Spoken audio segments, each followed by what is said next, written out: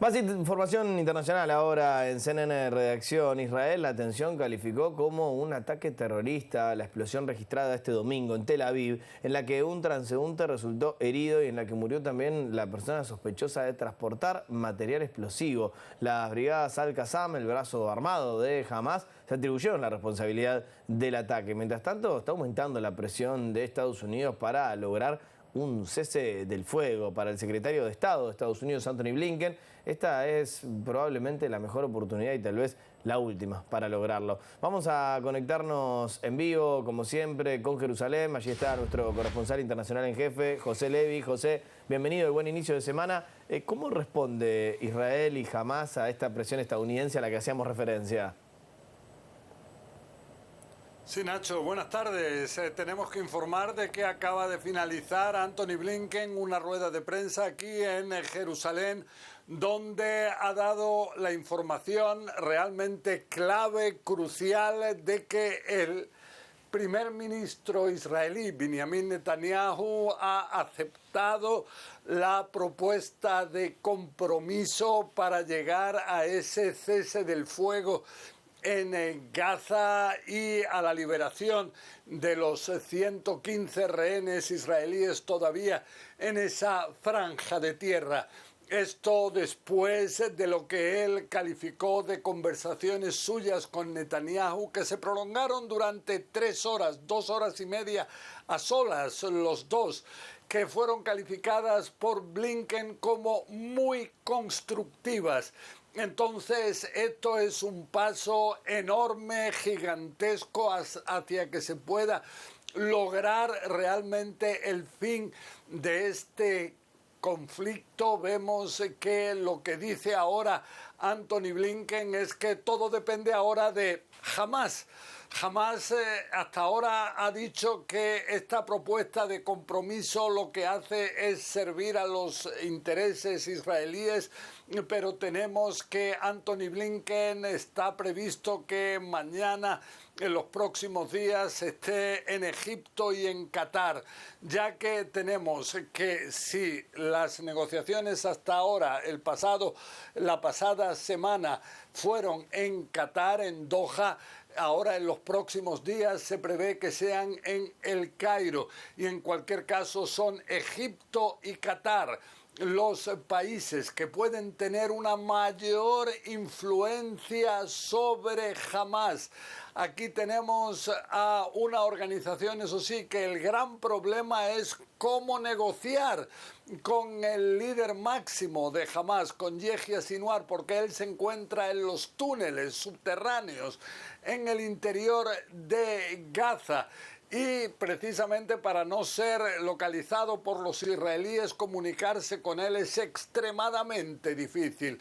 Entonces, lo que sí es que en los próximos días Israel va a mandar a equipos negociadores para continuar con los detalles ya de las negociaciones, una vez que ya Netanyahu aceptó lo que son los principios fundamentales de este acuerdo. En cualquier caso, aseguró Anthony Blinken en una reunión anterior con el presidente de Israel, Isaac Herzog, que se trata de un momento decisivo. Escuchemos. This is a decisive moment. Probably the best, maybe the last opportunity to get the hostages home, to get a ceasefire, and to put everyone on a better path to enduring peace and security. Y tenemos que anoche, poco después de que llegara Blinken a Israel, en Tel Aviv, hubo aparentemente un intento de atentado terrorista. Estamos hablando de que Hamas, la Yihad Islámica, sus alas armadas se responsabilizaron de lo que fue una explosión de gran potencia en el centro de Tel Aviv.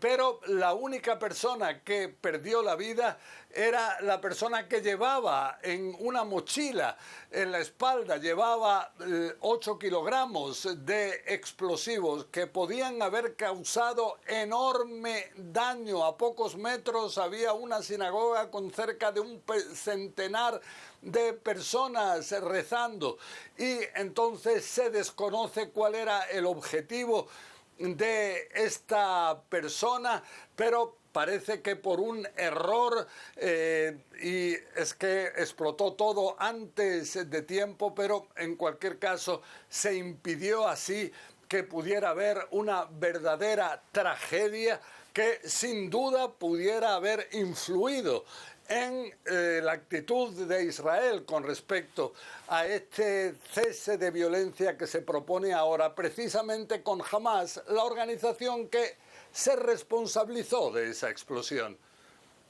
Nacho.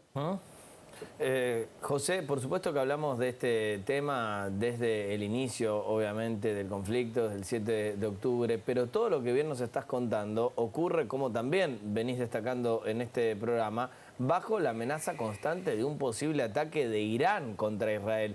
¿Qué ha hecho Estados Unidos, al menos en estas últimas horas, para evitarlo, José?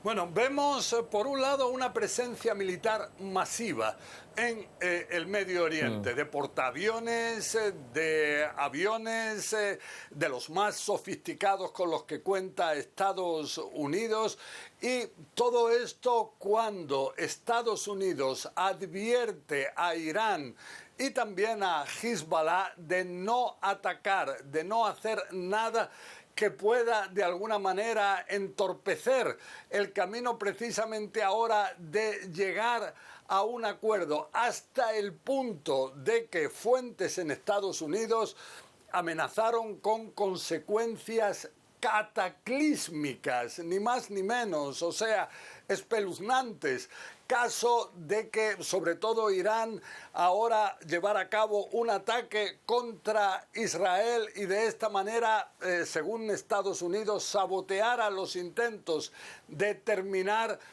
con el conflicto actual entre Israel y Hamas en Gaza. Nacho. Bien. Es José Levi reportando en vivo desde Jerusalén, nuestro corresponsal internacional en jefe, con estos focos realmente muy, pero muy relevantes de nuestra agenda. José, como siempre, muchísimas gracias. We've got 30 uncommitted delegates that are representing over 740,000 uncommitted voters nationwide who voted uncommitted as a pro-peace, anti-war vote in the Democratic primary. This is a meeting of uncommitted Democratic delegates here in Chicago on the eve of the Democratic National Convention. That it's not sustainable for our own government to fund the mass killing of civilians. Folks become delegates at their state party and then they come to the national convention and they're either committed to the candidate, to one of the candidates, or not. In our case, we're not committed because we haven't heard what we've wanted to hear. Looking for a ceasefire, we're looking for a strong commitment on a ceasefire. We're looking for an arms embargo for us to stop sending weapons that are contributing to the genocide there. I represent some of the over 101,000 voters in Michigan who voted uncommitted as a pro-peace, anti-war vote. Nobody wants to see Trump in November. We are a very anti-fascist movement. We are actually doing what we can to save the Democratic Party by saying, listen, VP Harris, there is a key base of over 730,000 anti-war voters who are telling you that we want to see you turn the page on Gaza policy and save Palestinian lives. What do you want to hear from Harris in Chicago this week? I want to hear from Vice President Harris how it is that she's going to turn a new page on Gaza policy from the destructive and disastrous policy of the last 10 months to one that saves lives. You got to meet Harris briefly in Michigan. I told her that we need a policy shift that will save lives in Gaza. My community is telling me that they're losing tens and hundreds of their family members. And she said it's horrific. She's been incredibly empathetic. I do have to say that. We have seen more empathy and compassion from Vice President Harris, but that is not enough. Palestinian children can't eat words. Is there more hope in this movement right now with Harris at the top of the ticket than there was when Biden was there? I think that in general we would all say we're cautiously optimistic. There is a little bit more wiggle room, we feel like, with Vice President Harris. We've already seen her change the rhetoric a little bit, but words are not enough.